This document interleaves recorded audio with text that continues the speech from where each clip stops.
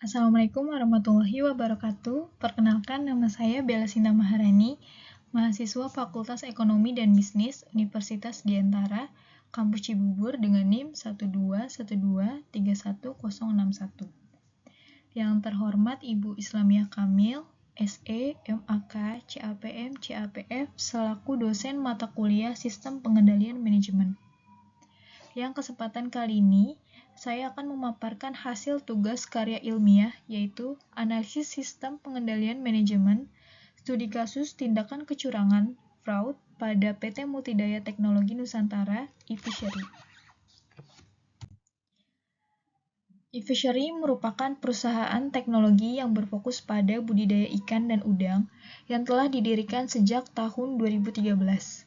e-Fishery ini mengembangkan berbagai solusi teknologi untuk budidaya ikan dan udang, antara lain seperti alat pemberi pakan otomatis yang dapat dihubungkan pada smartphone, kemudian penyediaan platform digital untuk memantau kondisi kolam, mengatur jadwal pemberian pakan, kemudian mengakses data pertumbuhan ikan secara real-time, juga merupakan marketplace pakan ikan dan udang, platform penjualan produk ikan dan udang, serta merupakan akses keuangan bagi pembudidaya ikan.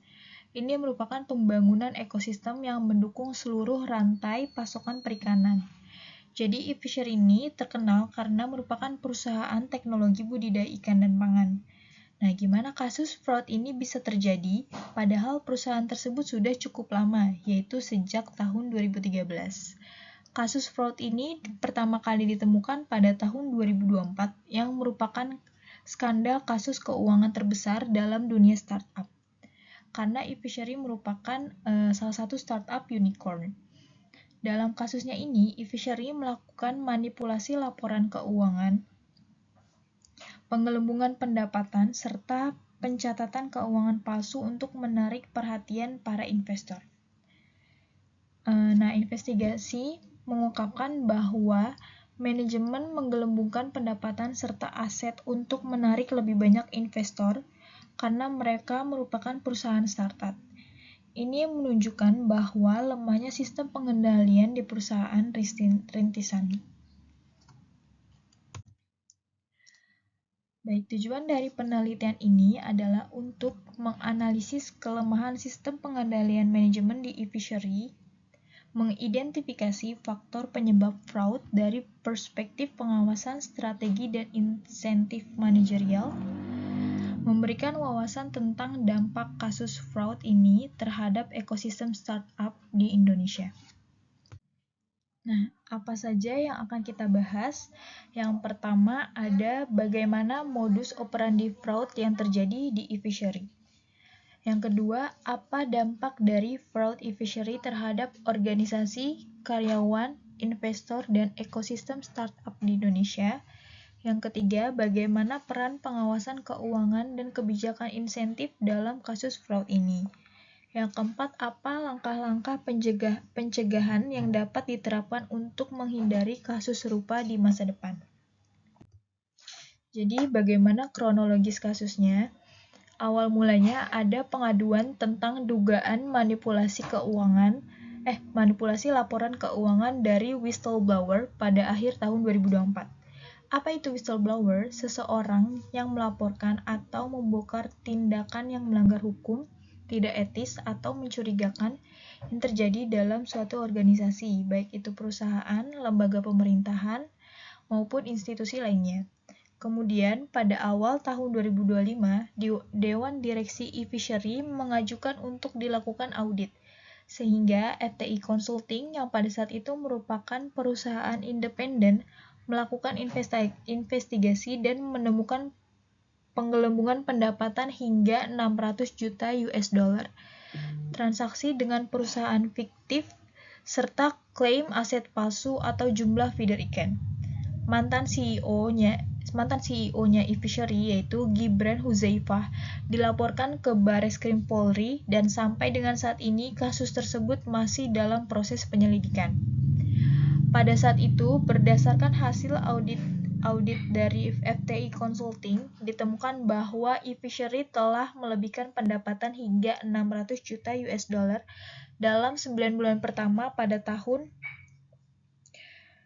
2024. Bayangkan padahal perusahaan ini sudah didirikan sejak tahun 2013 dan eFishery melaporkan labanya dalam laporan keuangan sebesar 16 juta US dollar. Padahal sebenarnya perusahaan mengalami kerugian sebanyak 35 juta US dollar. Pada saat ini juga mantan CEO-nya yaitu Gibran Huzaifah telah dipecat karena implikasinya banyak pastinya ya kepada karyawan serta investor perusahaan. Baik, siapa saja pihak-pihak yang terkait? Yang pertama ada manajemen eFishery itu sendiri yang harusnya bertanggung jawab terhadap manipulasi laporan keuangan.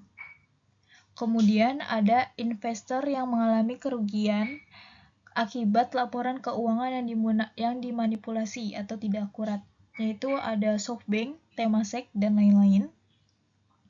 Lalu ada auditor eksternal, PwC dan Grant Thornton, yang selama ini melakukan audit secara rutin, namun sampai dengan tahun 2024 gagal mendeteksi fraud yang terjadi di eFishery. Kemudian ada FTI Consulting, firma investigasi yang mengungkap manipulasi laporan keuangan, dan Bareskrim Polri yang sedang menyelidiki kasus ini sejak tahun 2024. Nah, di sini kita sudah menemukan bahwa terdapat beberapa kelemahan sistem pengendalian manajemen pada kasus eFishery. Yang pertama, ada pengawasan strategi yang lemah. Yang kedua, pengaruh insentif terhadap fraud. Yang ketiga, kegagalan pengendalian keuangan. Nah, dari analisis yang telah dilakukan, mengatakan bahwa pengawasan strategi lemah karena kelemahan pengendalian terjadi ketika desain atau operasi pengendalian tidak memungkinkan manajemen atau karyawan dalam kegiatan normal melakukan fungsi yang ditugaskan, yakni mencegah atau mendeteksi kesalahan secara tepat waktu.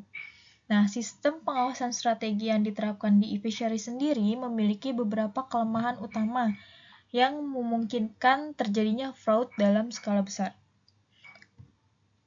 Karena yang pertama, tidak adanya pemantauan efektif oleh dewan direksi dan investor.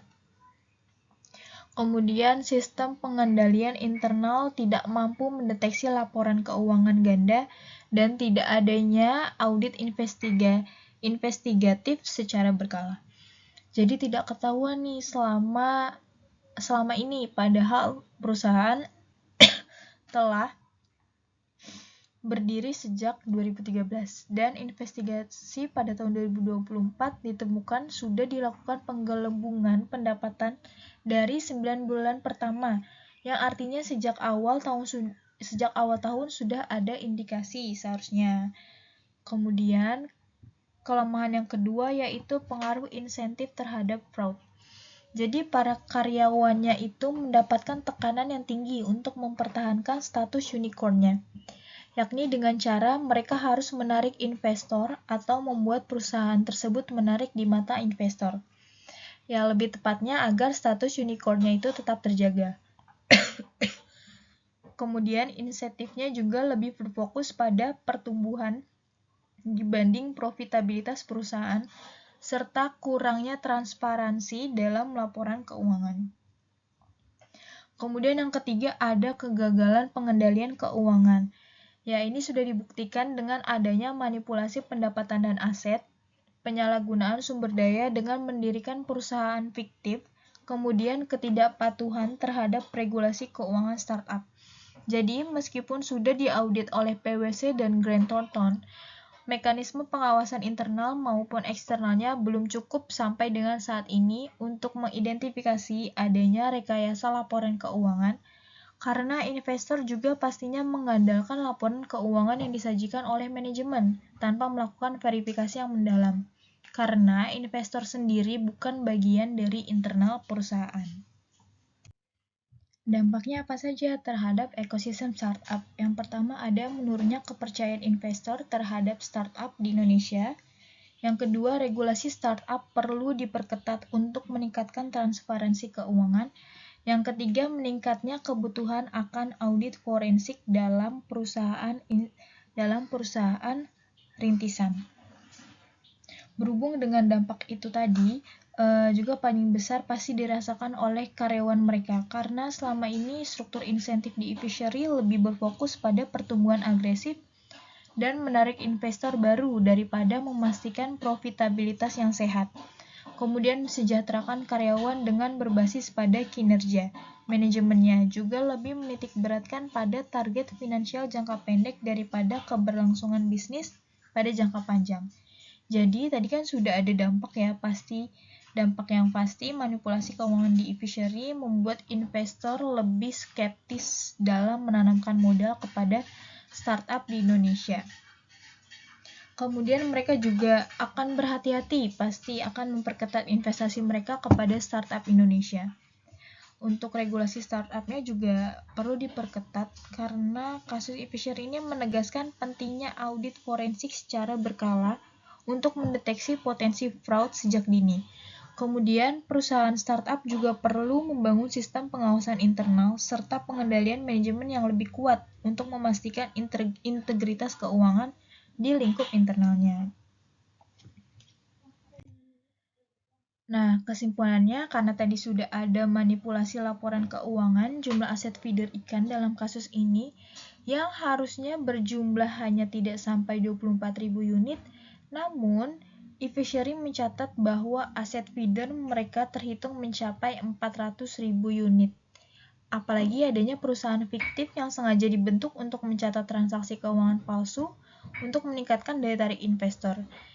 Jika pada saat itu dewan direksi atau manajemennya melakukan tata kelola yang sangat baik, maka akan memungkinkan untuk mencegah terjadinya tindakan fraud ini ya.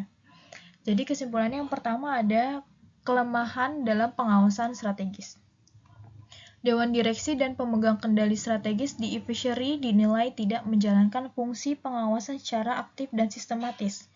Ketidakhadiran mekanisme audit secara investigatif berkala, serta tidak adanya respon terhadap sinyal kejanggalan dari internal perusahaan, menunjukkan lemahnya desain dan implementasi sistem pengawasan. Yang kedua, tekanan insentif terhadap manajemen dan karyawan.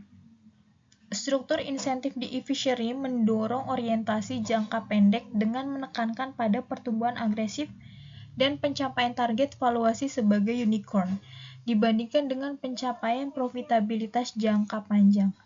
Hal ini mendorong munculnya tindakan manipulatif demi menjaga performa perusahaan di mata investor. Yang ketiga, adanya manipulasi laporan keuangan dan rekayasa transaksi praktik penggelembungan pendapatan hingga 600 juta US dollar dan pelaporan aset palsu seperti jumlah feeder ikan yang diklaim jauh melebihi kenyataan, menunjukkan adanya niat untuk menyesatkan para pemangku kepentingan. Pendekatan fraud ini diperparah dengan keterlibatan perusahaan fiktif dan pencatatan transaksi yang tidak valid. Yang keempat, kegagalan auditor eksternal dan ketergantungan terhadap informasi manajemen. Auditor eksternal gagal mendeteksi ketidakwajaran laporan keuangan sejak tahun 2018 yang menandakan adanya keterbatasan dalam efektivitas audit konvensional. Hal ini memperlihatkan kebutuhan akan audit forensik dan sistem whistleblowing yang lebih responsif dan aman. Secara keseluruhan, penelitian ini memperlihatkan bahwa sistem pengendalian manajemen yang tidak kuat, struktur insentif yang tidak seimbang, serta lemahnya fungsi audit dan pengawasan menjadi kombinasi faktor yang berkontribusi besar terhadap terjadinya fraud dalam organisasi startup seperti e-fishery. Nah, sarannya ke depan untuk e-fishery yaitu penguatan tata kelola perusahaan sejak dini. Temuan menunjukkan lemahnya fungsi pengawasan strategis di e-fishery sebagai akibat dari tidak aktifnya dewan direksi serta absennya audit internal yang memadai. Oleh karena itu, startup perlu membangun sistem tata kelola perusahaan corporate governance secara formal sejak fase pertumbuhan awal. Peran dewan direksi harus ditingkatkan dari sekedar formalitas menjadi pengawas aktif, termasuk melalui pembentukan komite audit independen dan mekanisme pelaporan berkala yang transparan. Yang kedua, reformasi struktur insentif yang seimbang dan etis. Struktur insentif yang terlalu fokus pada pertumbuhan valuasi terbukti mendorong perilaku manipulatif. Startup sebaiknya merancang skema insentif yang mempertimbangkan yang pertama keseimbangan antara indikator keuangan dan non-keuangan, orientasi jangka panjang bukan sekedar target kuartalan atau valuasi, penghargaan terhadap kepatuhan dan etika bukan hanya hasil agresif. Yang ketiga, penerapan audit forensik dan sistem whistleblowing yang aman. Audit eksternal konvensional terbukti tidak mampu mendeteksi fraud yang bersifat sistematik. Untuk mengatasinya, disarankan agar startup yang telah mendapatkan pendanaan signifikan melakukan audit forensik berkala, terutama saat terjadi lonjakan valuasi atau transaksi tidak wajar, dan membangun sistem whistleblowing independen dengan jaminan kerahasiaan dan proteksi terhadap lapor.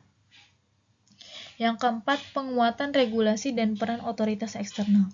Regulator seperti OJK, Kemenku, atau lembaga pendukung startup perlu mengembangkan kerangka regulasi yang adaptif terhadap dinamika ekosistem startup. Fokus regulasi meliputi kewajiban pelaporan keuangan periodik dan audit bagi startup pendanaan publik, pengawasan atas struktur insentif dan governance di perusahaan teknologi, dukungan terhadap pengembangan sistem pengendalian, dan pelatihan manajerial. Yang kelima, peningkatan interaksi manajerial dan etika bisnis. Sebagai aktor sentral dalam pengambilan keputusan, founder dan eksekutif startup perlu dibekali literasi mendalam mengenai sistem pengendalian manajemen termasuk pengawasan strategis dan pengendalian operasional, etika bisnis, dan manajemen risiko sebagai bagian dari pengambilan keputusan. Pelatihan ini dapat difasilitasi oleh akselerator, investor, atau asosiasi industri untuk membentuk kultur organisasi yang akuntabel dan berkelanjutan. Sekian presentasi dari saya. Mohon maaf jika ada kesalahpahaman kata. Wassalamualaikum warahmatullahi wabarakatuh.